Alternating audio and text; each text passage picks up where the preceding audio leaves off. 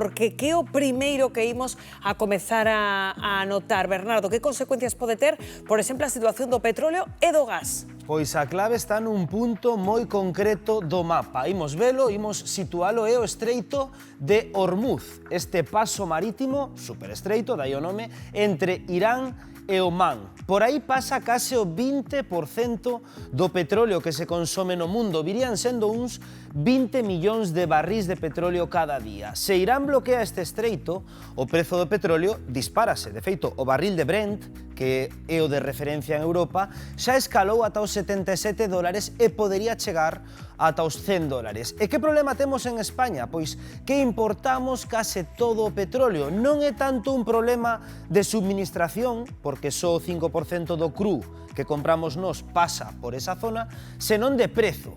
Porque cando sobe o petróleo, sobe a gasolina, soben os billetes de avión e sobe todo o transporte. Pero non é só iso, porque o gas, efectivamente, tamén está no punto de mira. Qatar paralizou o complexo gasístico de Ras Laffan, o maior do mundo, o maior complexo gasístico do mundo, tras un ataque con drons. O prezo do gas TTF, que é a referencia en Europa, disparouse case un 40%, ata os 44 euros cada megawatt. E cando soben o petróleo e o gas, sobe a enerxía, e cando sobe a enerxía, soben os custos das fábricas, soben os alimentos, soben os envíos, en resumo, volve a inflación.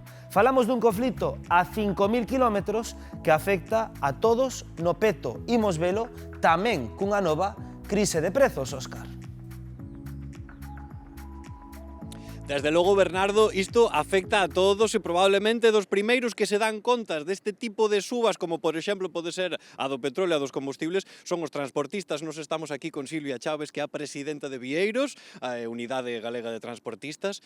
Silvia, como nos vai afectar isto? De entrada, vos xa vos está provocando perdas. Sí, a ver, nós estamos nunha situación de moita preocupación. Actualmente vemos que a escalada nos precios do combustible pois é disparada día a día, desde a semana pasada que comezou o conflito.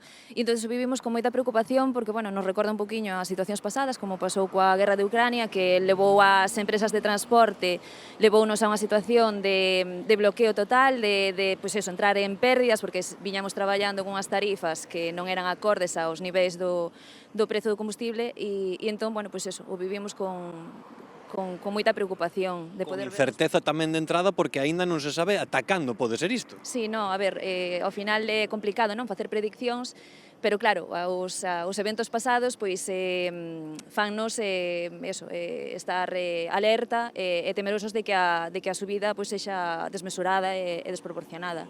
De entrada tamén o que temos que ter en conta é que non só os transportistas, tamén os consumidores estamos un pouco pois vendo ata canto nos imos ter que rascar o peto. As gasolineiras están cheas, esa imaxe que temos destes días, Alberto. Isto, a verdade, é que preocupa bastante.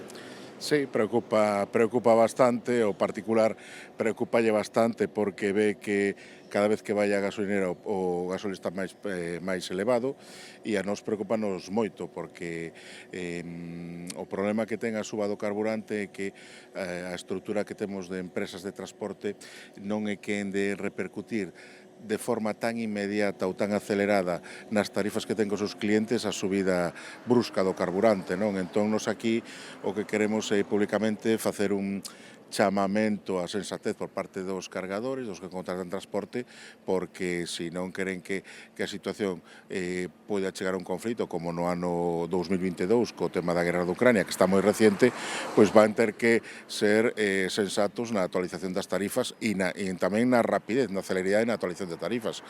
Un camión que consume 4.000 litros ao mes, pois non é unha tontería cando sube un 15%, non?